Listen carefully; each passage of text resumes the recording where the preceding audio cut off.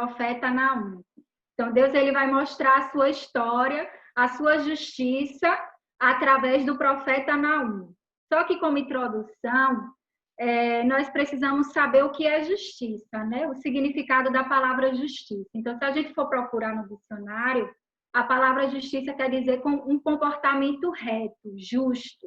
Então, uma pessoa que ela tem uma conduta reta, justa, ela não se comporta de modo que é injusto. E se olharmos na Bíblia, desde Gênesis a Apocalipse, a palavra justiça ela é repetida 558 vezes na Bíblia. Então, isso mostra o quão importante é o assunto sobre justiça. E nós podemos ver isso, a referência da palavra justiça, em Miqueias, capítulo 6, versículo 8. Se as irmãs também quiserem acompanhar, fala em Miqueias, capítulo 6, versículo 8. Ele te declarou, ó homem, o que é bom, e que é o que o Senhor pede de ti, que pratiques a justiça. Eu não estou vendo. Fala a palavra de praticar a justiça. E ames a misericórdia e andes humildemente com o teu Deus. Então, Miqueias já aborda sobre a palavra justiça. E Provérbios, capítulo 21, versículo 3, também fala sobre a palavra justiça. Quando ele diz, exercitar justiça e juízo é mais aceitável ao Senhor do que o sacrifício. Então, para o nosso Deus, é mais aceitável você fazer justiça, fazermos justiça, do que sacrifícios. Porque o nosso Deus, ele é justo. E a palavra Naum, já que nós vamos falar sobre o profeta Naum, significa que quer dizer o Deus do consolo, mas também o Deus que não somente consola o seu povo, mas significa também que Deus, ele é um Deus vingador, ou seja, ele nos vinga dos nossos adversários.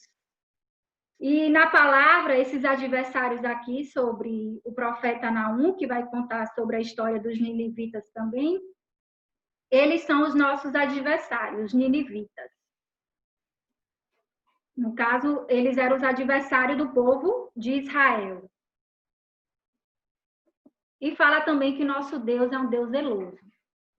Ou seja, o nosso Deus, ele nos ama. E ele tem cuidado dos seus, né? Um a um. E ele tem mostrado esse amor. O quanto ele ama os seus filhos. O quanto ele se preocupa conosco.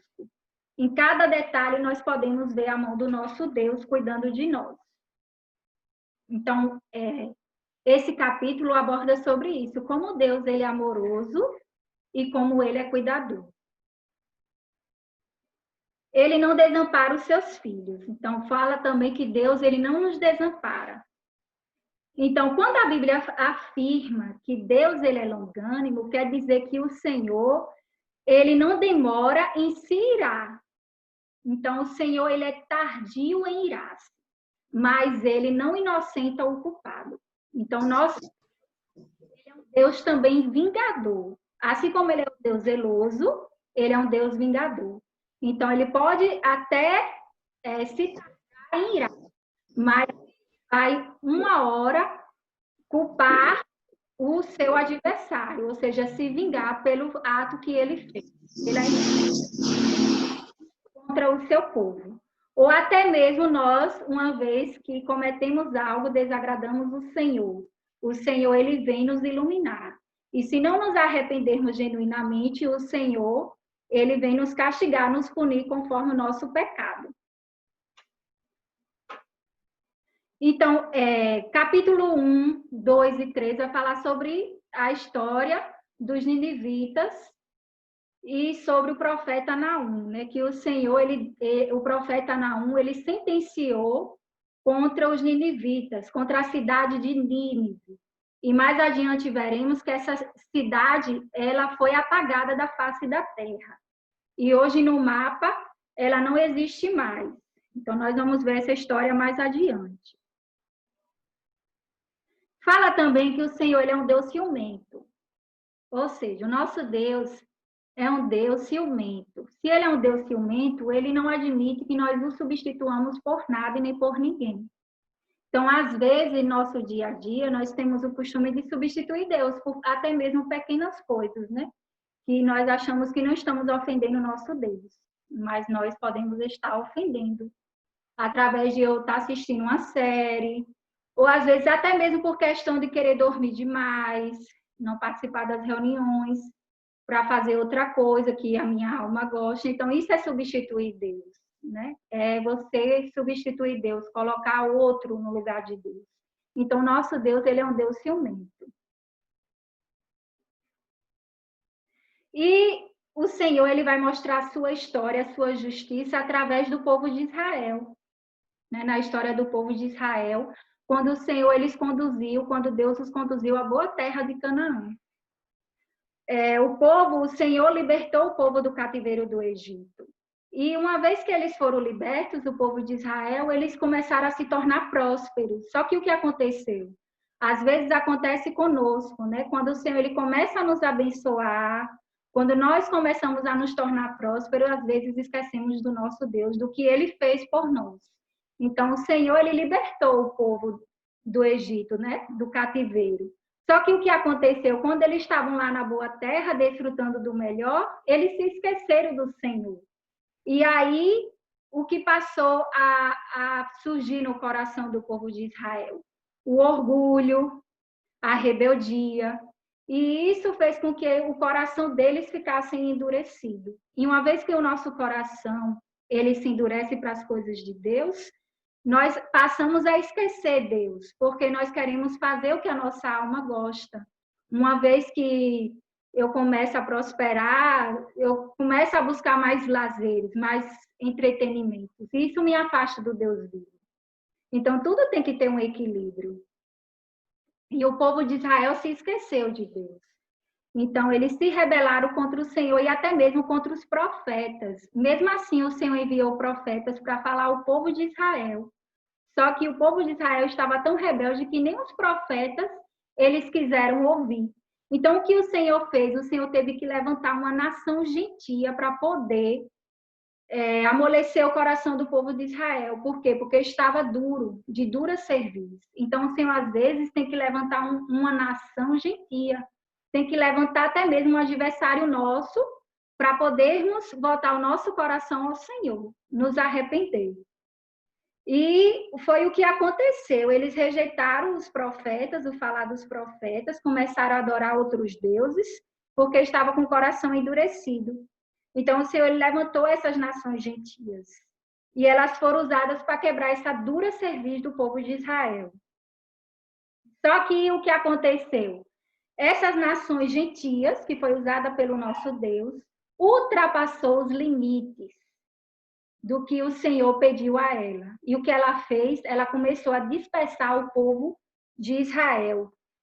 Começou a exterminar o povo de Israel. E isso o Senhor ele não se agrada, porque Deus ele é um Deus justo.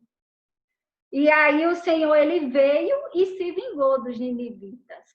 Porque o nosso Deus é um Deus vingador também. E ao mesmo tempo que ele vem nos ensinar, que vem nos iluminar, ele vem nos mostrar também que ele é amoroso e cuidadoso e não esquece do seu povo.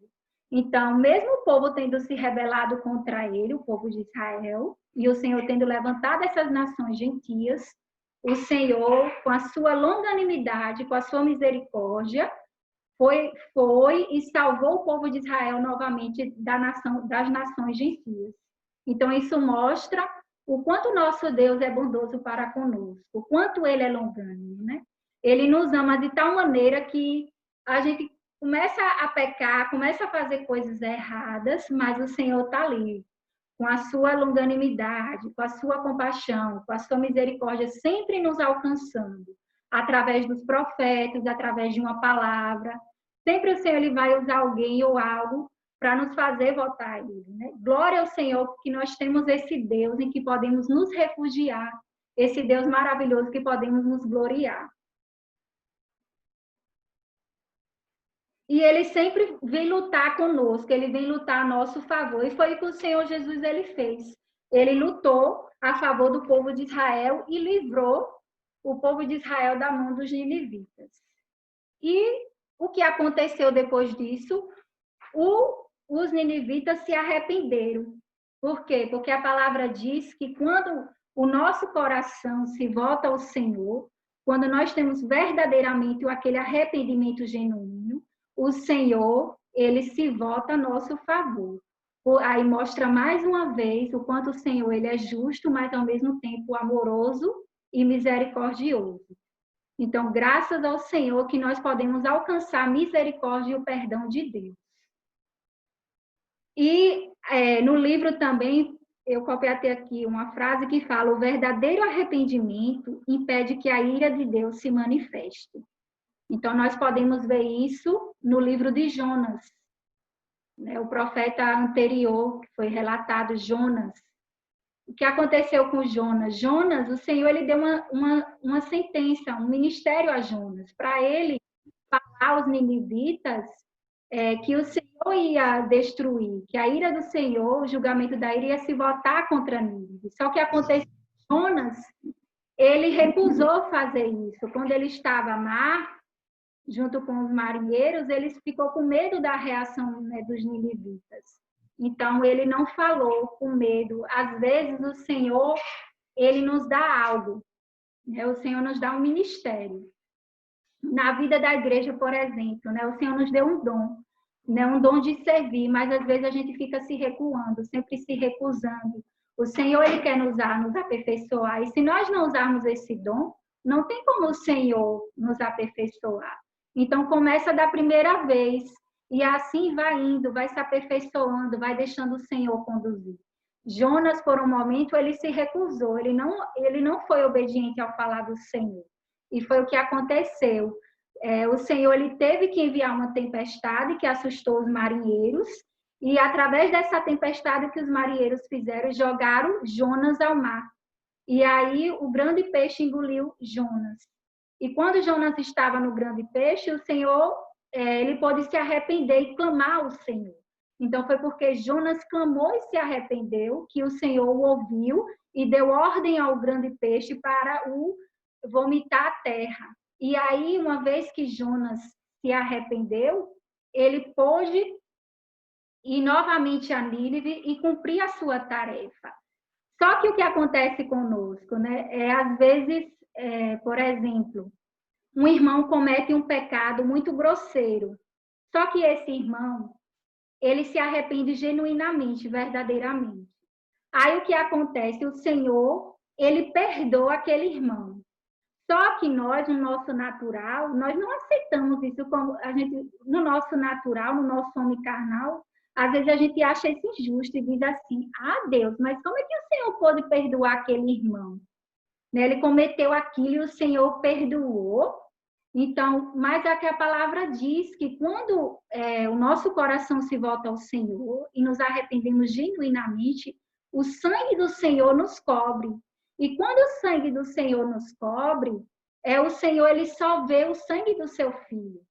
E quando ele vê o sangue do seu filho, ele não consegue ver o nosso pecado.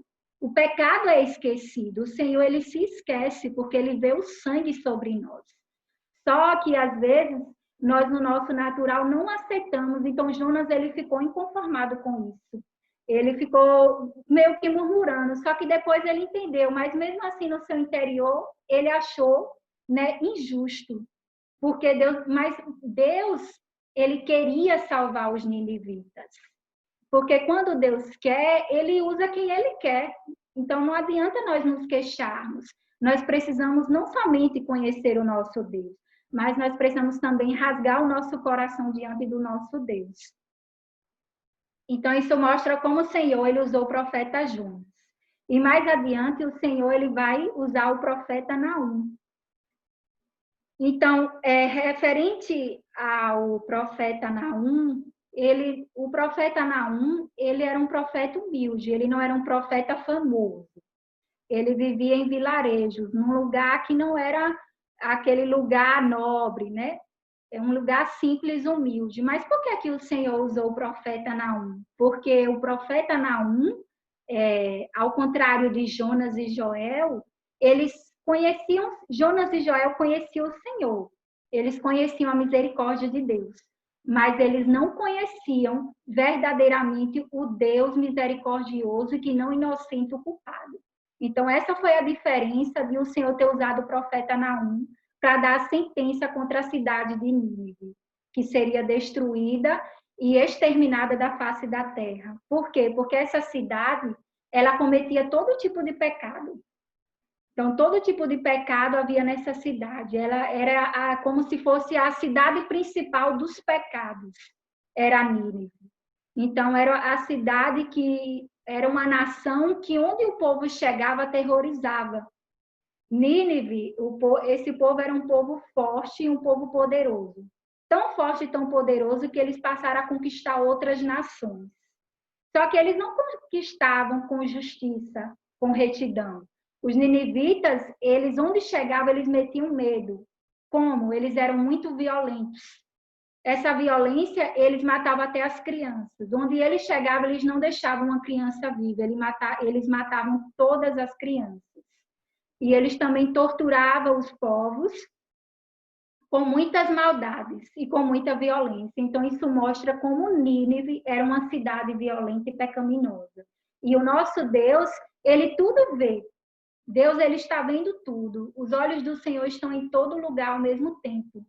Porque o nosso Deus, ele é onipotente e onisciente. Ele conhece todas as coisas. Então, não adianta dizer que o Senhor, ele não está vendo. Às vezes as pessoas falam assim, será que Deus não está vendo isso? Será que Deus não está vendo tal homem praticar tal injustiça, tal violência e não faz nada? Nosso Deus, a palavra fala que ele é tardio em irar-se. Então, o Senhor, ele espera o momento certo. Por quê? Porque o Senhor, ele é tão longânimo que ele espera que nós nos arrependamos. Porque ainda o nosso coração é muito duro por causa do pecado. Então, que o Senhor, ele tenha misericórdia de nós, né? Nos salve dessa condição. Então, o Senhor usou o profeta Naum para isso. E o que aconteceu quando o Senhor falou ao profeta Jonas, e Jonas depois voltou a falar com os ninivitas? A Bíblia mostra que os ninivitas se arrependeram. Só que mais tarde, na história da Bíblia, vamos ver que os ninivitas voltaram a praticar maldade. Então, mostra como muitas vezes, né, nós cometemos erros, pecados, aí vamos lá diante do Senhor, nos arrependemos, só que às vezes nós voltamos a praticar novamente as mesmas coisas. E é aí quando o Senhor, ele se torna um Deus justo. Porque, como diz, o Senhor, ele perdoa, né, quem se arrepende. Mas uma vez que eu me arrependi, mas volto sempre às mesmas práticas, aí o Senhor, ele vai se tornar um Deus justo. Ele vai praticar a sua justiça, ou seja, ele vai culpar o inimigo ou o adversário, ou nesse caso, quem pecou de acordo com o seu pecado. É o que a Bíblia fala sobre a história dos ninivitas através do profeta Naum. Ou seja, eles voltaram a praticar os ninivitas as mesmas maldades, se tornaram mais ainda violentos, se tornaram igual à cidade. A Bíblia mostra que os ninivitas se tornaram como a cidade de Nínive, se tornou como a cidade de Sodoma e Gomorra. Então, só para as irmãs entenderem como a cidade de Nínive era uma cidade de pecados, cometia todo tipo de pecado. Então, o Senhor, ele tem que vir através da sua palavra, através de profetas, e mostrar como nós somos, né? Como o seu povo é, e também que nós devemos conhecer também os nossos adversários.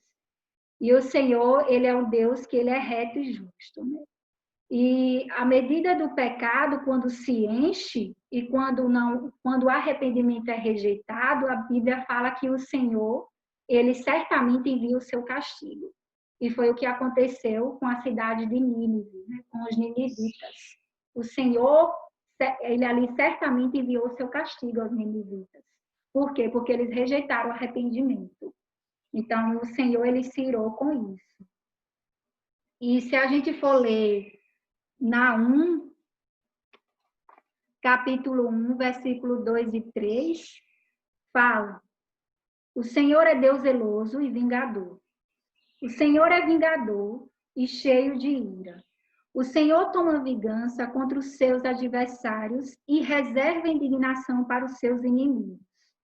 O Senhor é tardio em irar-se, mas grande em poder, e jamais inocenta o culpado.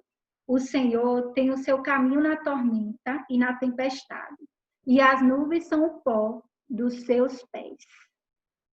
Então, o Senhor fala que Ele, além de ser justo, misericordioso, compassivo, longânimo, amoroso, tudo isso, se a gente for ler de Gênesis e Apocalipse, mostra o quanto Deus ele é amoroso. 1 Coríntios vai falar isso, Êxodo. Vários livros da Bíblia falam o quanto Deus ele é bom para conosco. Só que, como eles não se arrependeram, o Senhor ele teve que enviar o profeta Naum para sentenciar essa cidade ser exterminada, ou seja, ser eliminada da face da terra.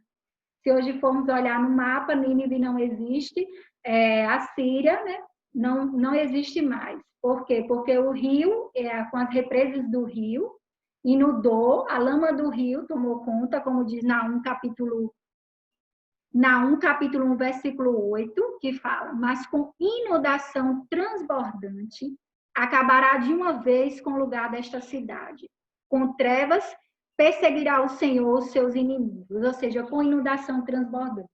Ou seja, inundou com a lama do rio, de maneira que não se viu mais a cidade de Nínive. Foi exterminada, apagada da face da terra.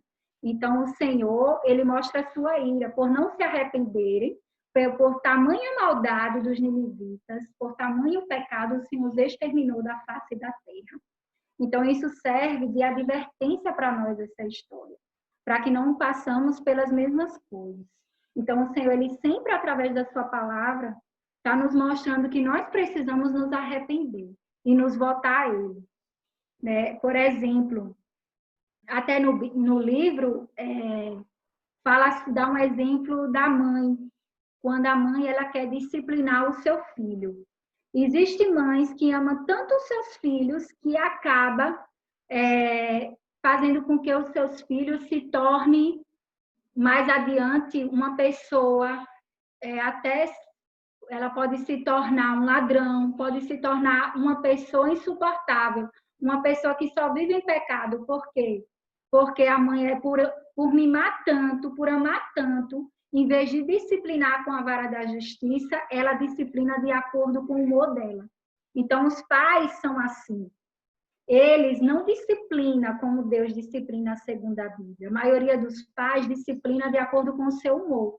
Por exemplo, se o pai estiver assistindo uma TV e naquele momento ele estiver feliz, estiver naquele momento mesmo de alegria, e o filho estiver lá incomodando ele, e ele não assim, aquele momento dele está sendo tão bom que se o filho estiver fazendo a pior coisa, ele não vai se incomodar.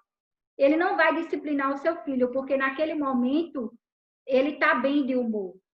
Mas se ele estiver irado, com raiva, e às vezes o filho nem faz muita coisa, não fez nenhuma coisa assim errada, mas por ele estar irado, com raiva, ele vai lá e disciplina na raiva.